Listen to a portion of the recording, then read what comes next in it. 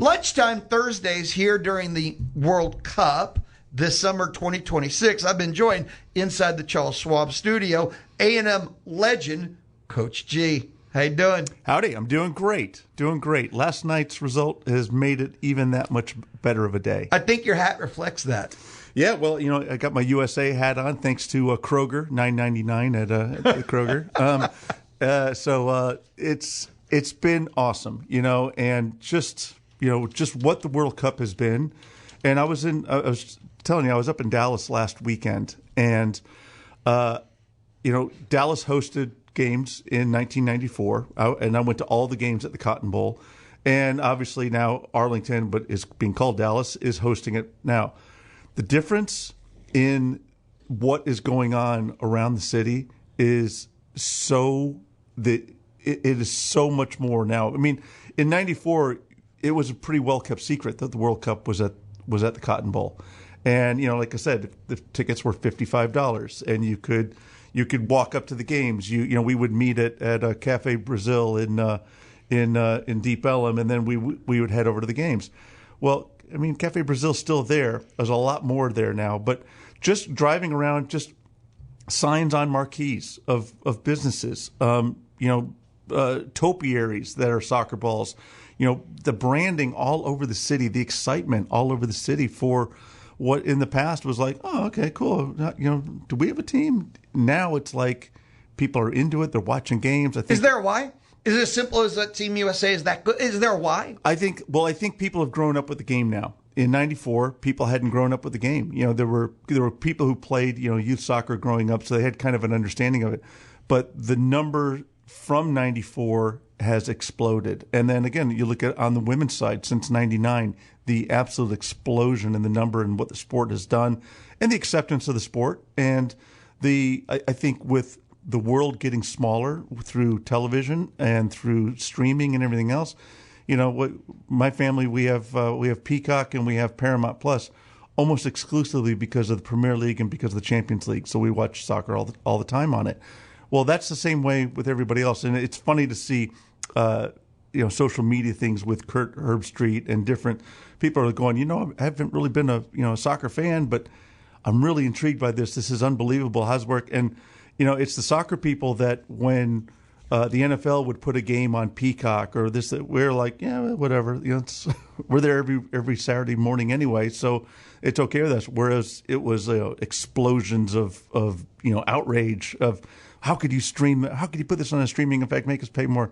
We're like, well, that's our culture, so we understand that. So to see the difference and to have been kind of on the inside of what has gone on is, I tell you what, the gratification is pretty cool. So as a soccer fan is the wrong word. As someone who lives soccer, you are soccer, right? Yep. This is like the dream. This is how you'd hope the world would be in the USA. Frankly, right now it's beyond the dream. Huh? It really it's the little things. We've talked about this before, but the internationals coming over and especially falling in love with the South and the people in the South. Maybe not so much in the North and other places, but just the rediscovering of what America is about and doing during the 250th and doing it through this means of our game has been really, really cool. And to see the people jumping on the bandwagon, I don't care, jump on, let's go. And so with the U.S. Win last night, a historic win in so many ways. So I've got one fact here, factoid to it. So last night's win was only the third time a U.S. team has defeated a European opponent in team history, and in a knockout match in team history. The first one was in 1924, the Olympics in Paris. We beat Estonia 1-0.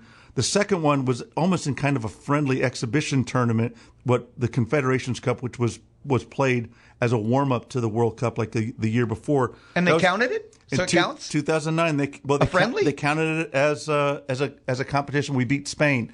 Now, Spain would go on to win the World Cup the next year in 2010. So, kind of take that with a grain of salt because obviously Spain was a little bit better than when we beat them 2-0. Still, it counts. That was a game. That was a game in 2009. And since then, we had been kind of whipped around by a lot of Europeans. So to get the 2-0 win yesterday over Bosnia-Herzegovina. Got to say nil. There's soccer here. So we will. 2-0, clean sheet. And the coolest thing was, despite what I think was a really bad call by the referee to give our star forward a red card and eject him from the game, which means he doesn't play in the next game. Non-reviewable? And non-appealable. You cannot appeal. There's no appeal process with with FIFA.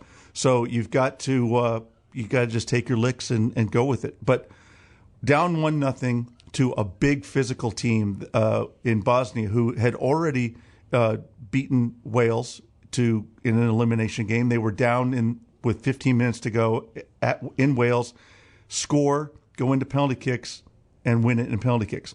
Then they play Italy. They're down in the last 15 minutes. They come back, they tie it, they go into penalty kicks, and they eliminate Italy in penalties. So we're winning 1-0 with less than 15 minutes to go, and it's like, oh my God, we've seen this before. And we're pins and needles. And we get a free kick, and Malik Tillman steps up and puts a ball up over a wall under the crossbar. I mean, a brilliant goal. Playing down a man, and all of a sudden it's like, the clouds parted, the sun came out, and it was just fireworks. You knew it was over then.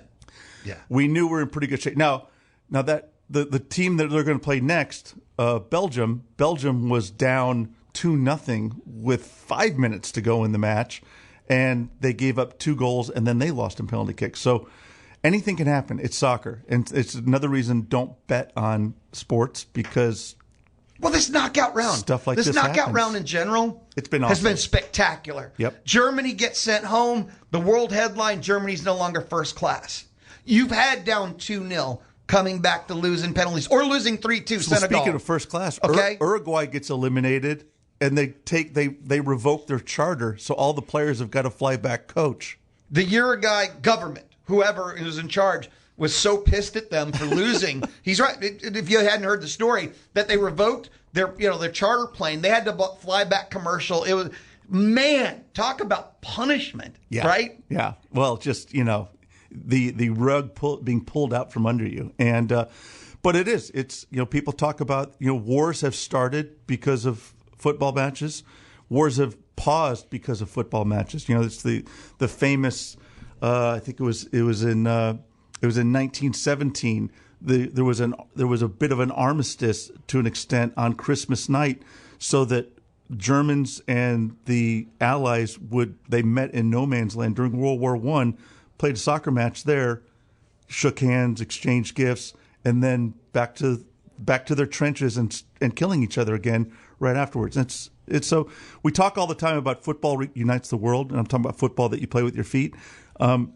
It is true, and it has done, and it's cool that it has united the planet here in the United States. When there's so much divisiveness, this has been a really cool unifier. Well, okay, you're talking about this divisiveness like the planet. We have divisiveness within our own country, leading into our own planet, and to have this moments this summer leading into the 250 and all. I'm with you on the vibe, man. Yep. I'm 100% with you. We're all forgetting about all the other stuff right now currently and enjoying the moment. And it was needed. Yep. It is needed. Well, and I remember people talking about, wow, it'd be really cool if U.S. played on the 4th of July. I'm like, dude, they don't need anything extra for the 250th anniversary. We're going to have plenty of fireworks, plenty of shows, plenty of things going on. And I'm excited that now these guys get to celebrate this win, prepare for the next one, because now we don't play again until Monday. We play Monday against Belgium. That'll be obviously a gigantic game. It's going to be 7 p.m. kickoff. It'll be on Fox, and it'll be up in Seattle, where they had a phenomenal following the last time we played up there against Australia. So I'm excited about what that's going to be, but I'm really looking forward to just enjoying these next games. Today, there's 3 more. It could be extraordinary matches that are going to be played today. The knockout round so far, as we just said, has been, I don't know if it's the best ever. I'm not enough an expert to even guess at that, but it's been unreal. It is. You're hearing it from me. This is the best World Cup ever for a lot of reasons. And it's because the games have been so close. The world has flattened for the most part. It used to be that Europe was here, South America was on that same plane, and everybody else just kind of you took your licks from those guys. Well, 9 out of 10 teams from Africa qualify for the knockout round, and they're the ones who have been knocking out some of the giants. You've got it to where the Netherlands, who've had maybe the best fans, unfortunately they're out. They're on their way home. The Germans, which is a traditional power, on their way home, and these were knocked out by African teams. So it's today continues on. It's not so much Europe against Africa or South America against Africa. You've got at 2:00. You got Spain, one of the over the top favorites and favorite of a lot in my family, playing against Austria. And Austria is a big dominant team that could cause some problems for the Spanish. That game's at 2:00. 6:00 is Portugal with Cristiano Ronaldo and Bruno and the rest. That's a team that can win it all, but they're going to play against Croatia, who has been to the final in the last 8 years. So there's just so much intrigue that goes on with these. And then finally, late night will be from the West Coast will be Switzerland and Algeria, and that's a toss-up match as well. So all of these things kind of just play into the fact of must watch. You must watch, must experience, and the celebration continues. I was looking ahead because I'm a cheater. Coaches never look ahead. The rest of us get to. But on the round of 16, I called it the Sweet 16 and got corrected. The round of 16. I think the NCAA owns the trademark on that. But yeah, go ahead. That's only if I were to use it in print or make money, right? I could say it. Am I allowed to? Can I even say it? I think you should say it. Okay, the Sweet 16 for the World Cup starts over the weekend, and on Sunday, Mexico, England. Oh, that is like one of the most delicious treats of the entire in Mexico at Azteca, where your stadium, where Mexico is bulletproof, and I don't have that stat in front of me, but I think they've lost 2 of their last 80 something. 2 out of 87, I think, is what it is. 2 out of 80 something, unbelievable. And it's like, okay, and England had to come from behind yesterday. Behind their captain Harry Kane, who's a great representative, a great leader, but man, that is going to be one of the. I really look forward to seeing what the numbers are going to be for that. Now, the last time Mexico played 2 nights ago, the watch parties alone down at the Dynamo Stadium at Shell Stadium in Houston. 25,000 Mexican fans to watch it on the big screens there in the stadium. They just wanted to be together in a stadium. It's fantastic. I mean, the Dynamo don't get those crowds. The Dash don't get those crowds combined. And so just the spark of passion that has been ignited by all this. And I know in Dallas the Fan Fest has been jam-packed every night. Every single game, it's been jam-packed. Same thing in Houston. So it's cool to see. So what are the other games you have lined up there? Well, for me, okay, I don't know the closest of them, but Brazil-Norway is the same day. Oh, okay. So Brazil, 5-time champions, going for their 6th star against one of the big favorites from the fan. You have the Norwegian Viking row that's going on right now. You've got Erling Haaland, who scores almost 2 goals a game for his national team. And again, the big Vikings against, the Samba dancers. So it's going to be, that will be a real, there'll be, if you were to look at that game 20 years ago, it would be Route 1 football, which is just direct and big. And that's what the Norwegians were going to do against this, Samba beat that, the artistry of what the Brazilians are. Well, the world has gotten smaller. These players are all playing in similar leagues and same leagues around. So there's not the stark distinctions between them. But you still have the fact that the Norwegians are big stinking Vikings. They're big athletic guys.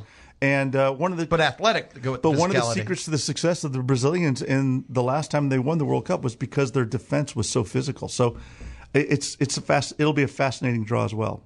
Now, I got a text message question. Timeout. We got to talk more Team USA when we return. But it's the only text message question that many, many, many people have asked. Okay. You hinted at it already, your stance on this. But I'll sum it up as this. How BS was the red card? Yeah, it is BS. I'm totally on board with it. And as I understand it, and I could be wrong on this, but as I understand it, it was the video assistant referee crew, the people watching it on monitors, who insisted to the referee that it be a red card. And, if you look at it from a stationary still shot, it looks like he's stomping on him. But if you look at it live, he's just trying to keep his balance. He's not. There's no intent. You can tell there's no intent from the American player to be stepping on the Achilles of this guy.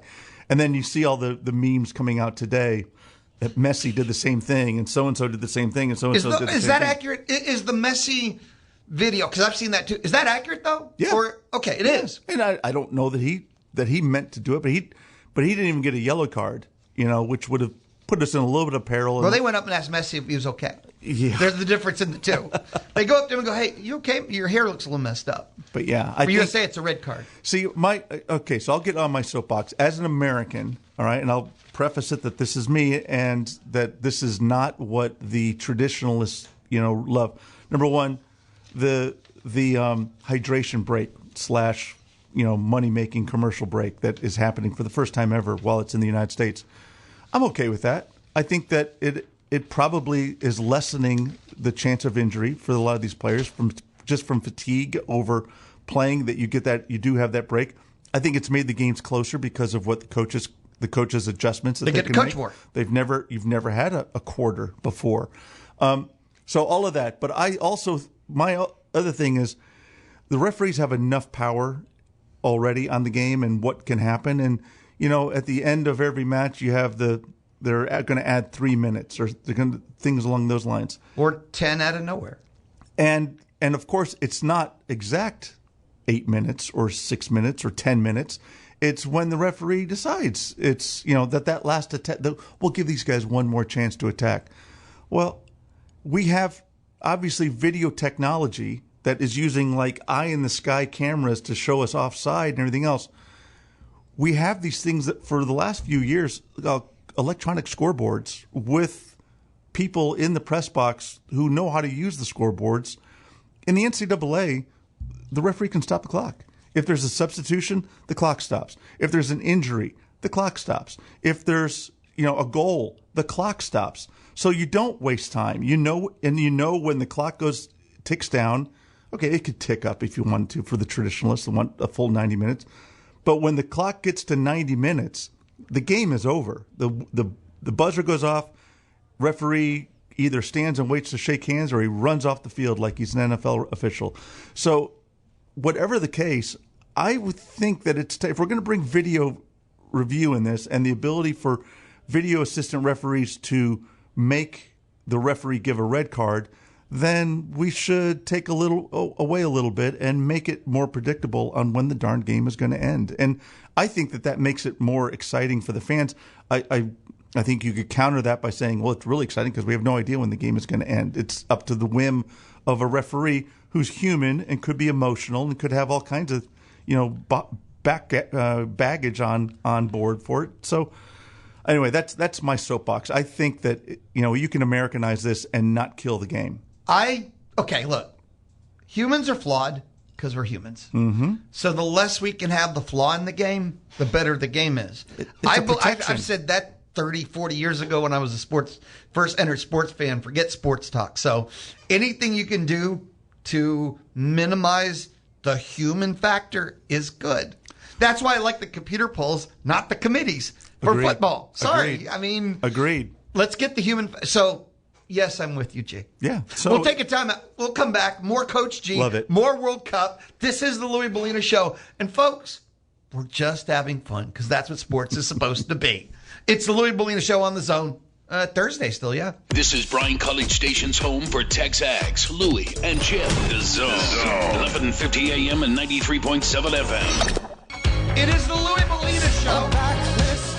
It is the Louie Bellina Show inside the Charles Schwab studio, hanging out with Coach G. It's World Cup time on the Louie Bellina Show. Low cost, full service, best of all local. You should know by now that is Charles Schwab. And you know how? Mark Sim is our local Charles Schwab agent representative right here in College Station. With the right here part, You walk in the office, you sit down, you look him in the eye, and you shake his hand. We're talking about you and your family and your financial future. How else would you want to do business? What, phone trees, call, be on hold for an hour, and they'll get back to you never? Nah, man. Go look them up online at schwab.com/College Station. Charles Schwab and Company Incorporated, they're a member SIPC. Gee, USA, Belgium, how's it going to play out? What's the keys? What are we looking for? Are they going to win? Come on. Well, we played them in the lead up to the World Cup as one of our games as a quote tune-up, and we got smacked 5-1 by Belgium.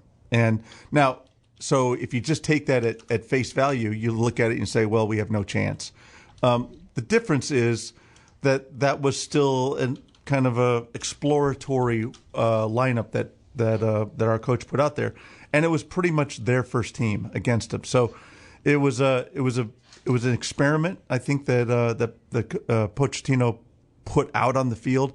For example, Tim Weah was playing right back. Tim Weah, who I've been a fan of for a long time. His dad is the former World Footballer of the Year. He won the Ballon d'Or. A legendary player for AC Milan. Went on to become president of Liberia. But in the off season he would come to Brooklyn because he could walk the streets and nobody would know who he was. Whereas anywhere in Europe or anywhere else, he's got just people falling all over him. Armies, droves. And so his son is born and raised in Brooklyn. And so Tim Weah he's played in France. He's a very good athlete. He can't defend to save his life. And he basically got shellacked by Doku, who's a tremendous player and one of the big stars for Belgium. I don't think Timmy will be in the lineup against Doku this time. And, Freeman has done a great job of stepping in there. Our two center backs have formed a really good partnership. Our captain, Tim Ream, and that's been the great revelation of this team is that we've been able to defend. We've been a stout defense, and we haven't been a defense that has given the ball away. And that's one of the key parts of any team that's going to win. Defense wins championships. Well, you better have your defense sorted out, and that's been the biggest piece of improvement for us. And of course, we found a goal scorer. He'll be in street clothes on Monday. But I think the fact that we've done so much to make our back line better in preparation of this one, the way that they're playing the fight in this team, I think it's a one goal game either way, one way or the other. Now, again, Senegal was up 2-0 against these guys, and again, in the lead up we smashed Senegal. So you can't take, well, this team beat so and so we're better than them. That transitive property concept. There's no transitive properties, and I know that my 8th grade math teacher would really be upset at me about that, but that is the case in this. So I think it's going to be down to the wire. If it goes into penalties, our goalkeeper Matt Freese is a penalty kick specialist. He is. I mean, I've seen him before save 2-3 out of 5 shots in a penalty shootout. Not that my heart wants it to go to penalties, because that's not good for my GI tract or my blood pressure or anyone else's. But I think it's going to be that close a game that it could go down to the wire. You mentioned the penalty shots. So the knockout match. What, Morocco? 5 of 10 penalties missed, only 1 being a save. The ugliest, perhaps, ever in the history of the World Cup? The pressure on the shooter is unbelievable. And I say this as a former goalkeeper. I'd love penalty shooters, because as a goalkeeper, I'm not expected to make the save. So this is, it was always told to me, okay, hero time, go be a hero. And you're like, oh, okay, that sounds good to me. And that is the pressure that is on, you're supposed to make at least 8 out of 10, if not 100% of your shots. Yeah, the theory is 100. I mean, it's a free kick and you have every advantage, but it's nowhere near that. It's just the amount of stress on the shooter, and you'll see some of the greatest players in the world. I mean, in 1994, the championship was won because of the biggest star in Italian football stepped up and sent his penalty kick over the crossbar and into orbit. And, all of a sudden it's like, he goes from the GOAT to a GOAT, and it's not what you want. So it's one of the things, it's different than shooting free throws, I think. Yeah, and of course, free throws, you've got the noodles behind, and you got the crazy people and guys in chicken outfits and stuff like that. But this is the pressure. The chicken outfit, you're wearing it when you're stepping up. You are just worried about what's going to happen. Netherlands now 1-4 in their last 5 shootouts in the World Cup. Horrible. Well, and of course, then those stats come to they haunt you. That you take those. It builds. You got 4 years you have to wait. Yep, and it's the same thing on the positive side. So here at A&M, we went 17 straight years without losing a penalty shootout, and so we're like, great, here we go. It's can't on. wait to get into one. Yeah, and so you can look at it from one side or the other, where it's like all of a sudden it's new energy and confidence, and the other ones, the English have lost a lot of games in penalty kicks, and they're to the extent that many English can't even watch penalty kicks. You'll see them turn their back on it because they don't want to know. Germany, in their elimination. They never lose in penalties, and they just lost in penalties. But did you hear the story about when they were looking for people to take the penalty kicks? There were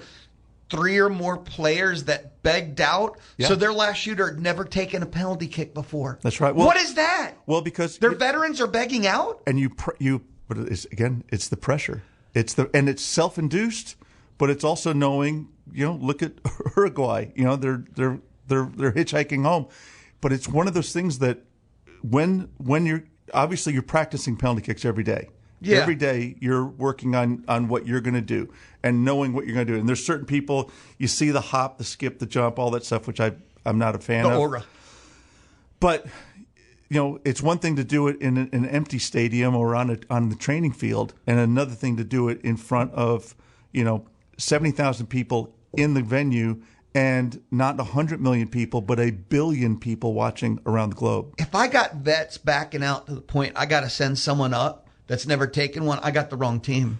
Well, the first thing that you do as a coach is you say, who wants to take one? I need, because part of making it is knowing you're going to make it and knowing that you're cool with it. And so oftentimes, and there's going to be some people it's like I know you want to take one. Hell no, you're not taking one. But oftentimes it's the top players. They're just like, like my hand is shaking like a leaf. I can't do it. So it just brings up one of the more fascinating things about what sport does and what sport does to your own physiology and how that can affect your performance, your success, and frankly, your reputation in life forever. Pressure. Is it the big moment that they remember, or is it that miss? And do you score the fourth goal in the 88th minute up 3-0, or do you score the goal that wins it in the penalty shootout? It's all up to you, and who's got the guts to do it. And it's one of the things that I'm excited about. It's in America. It's our World Cup, and no matter what happens now, I think we're playing with house money now, and I think now, no matter what, I think that the pressure is off of these players. Last night, they had to win that game. That was a must-win game. Of course, it's must-win to stay in the World Cup from now on. We're talking about for success. We're talking about for U.S. soccer, that must-win. This has now been a great World Cup period. That was the prove-it shot. You could be playing horse, and you get to the end, and you got to make that shot twice. Well, that's what last night was. They proved it that they belong. Now, like I said, I think we're playing with house money. You're going to play against a European power that is established and is expected to beat you. It's flipped. So now the pressure is on them, and you're going to play it in our house, on our ground, in front of our fans. Gee, thank you. This World Cup hangouts have been awesome fun. I mean, we're going to do it more. Appreciate it. Through the whole World Cup. But, man, thank you so much. And look, happy July 4th, you and the family. Have an amazing time. Love it. And to everyone out there, my wife and I were talking yesterday, but we remember the bicentennial. We remember, how could that be 50 years ago? We were kids. And just the excitement, what's going on. And you were talking about the great events that are going on here from Navasota all the way up to Curtin and everywhere else. Enjoy, everybody, and be safe out there. Go do something. That's right. Because if you want to, man, Brazos Valley celebrating the hard. And there's plenty of places to find your red, white, and blue hat or your sparklers or whatever it's going to be. Get out and enjoy it, and go America. Be awesome, G. Thanks, buddy. Up next on the Louie Bellina Show, presented by CC Electric, built on faith, family, and community. College football Notebook. I mean, there's just a bunch of random, but man, it's a bunch of cool. Like the Zone on Facebook, and you stay in touch with the community calendar, community spotlight, and game updates. Let's go! Like the Zone on Facebook, Zone 1150. Did you know that NIL turned 5 years old this week? It feels like NIL's been forever, but I'm aware that it's new. But 5 years old is not brand new. It's not fresh off the press, is it? 5 years old. July 1st, 2021. July 1st, 2021 started the NIL era. And I'm going to give you a reminder. Here were the first NIL deals. You know, changing the sport forever. And I want you to think about the current deals. A college quarterback right now, which is 5 years later, because NIL turned 5 on July 1st of this year. A college quarterback makes more than $5 million a year. You would actually have a bidding war at only $5 million for like the number one, maybe even the number two quarterback this past cycle, right? So here were the early NIL deals. Oh no, here we go. But 5 years ago, you had the TikTok stars, Hannah and Haley Cavender, twin sisters on the Fresno State basketball team, and they had the Times Square billboard, and it was an ad for Boost Mobile. Do you remember Miami quarterback D'Eriq King? He kicked off the NIL era. Fat, huge payday. He had several local deals, and he was going to make like $20,000. $20,000.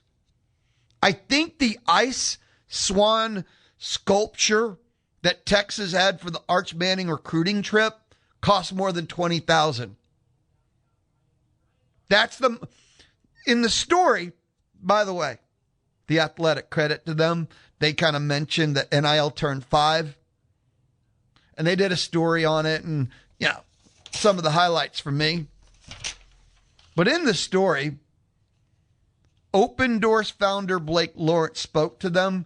He mentioned that in the 5 years of NIL, we've seen a 4.5x growth in 5 years. And he said it's still accelerating. There's no slow. So in 5 years, 4.5x growth and accelerating. He also said that we knew athletes were going to get paid, didn't know who, and the answer was everyone, brands, donors, the school themselves. And that's why it's 4.5x and accelerating, is that everybody.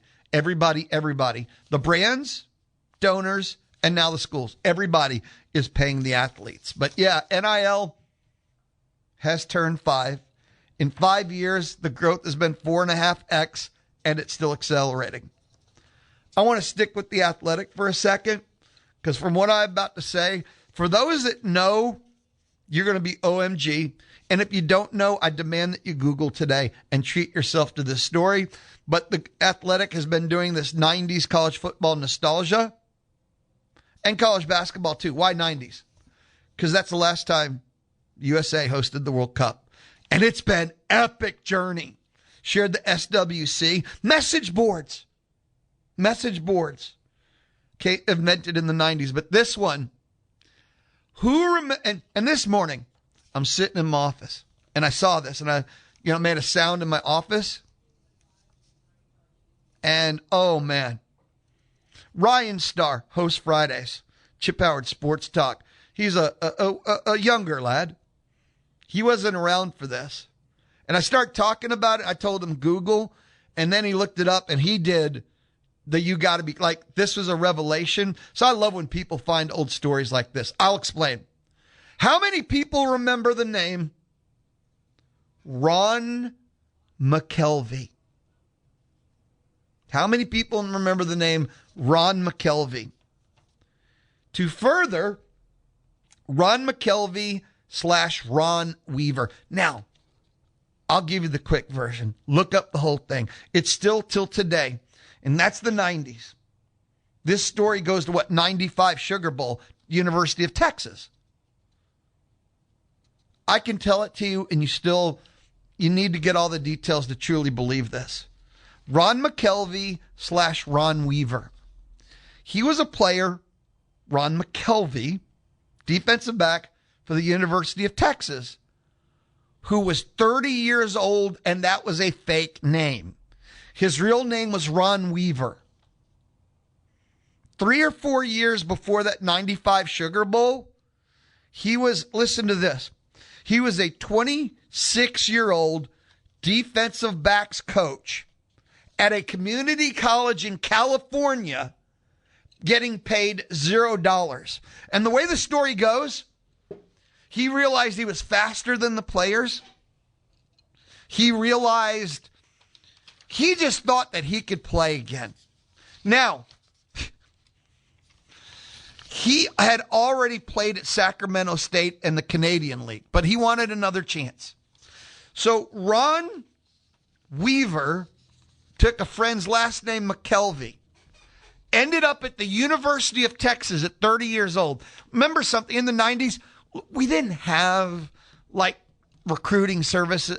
There's a million ways he should have been, you would think by today's standards. That's why it's absurd to think about now that there's a million ways. Like another fan site would have sniffed him out. Internet, message boards, just admissions, anything. But technologically speaking, it was different then.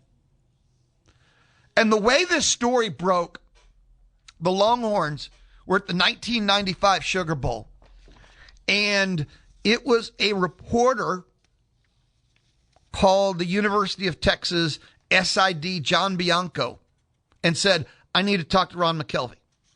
And John Bianco said, I'm sorry, media day is over.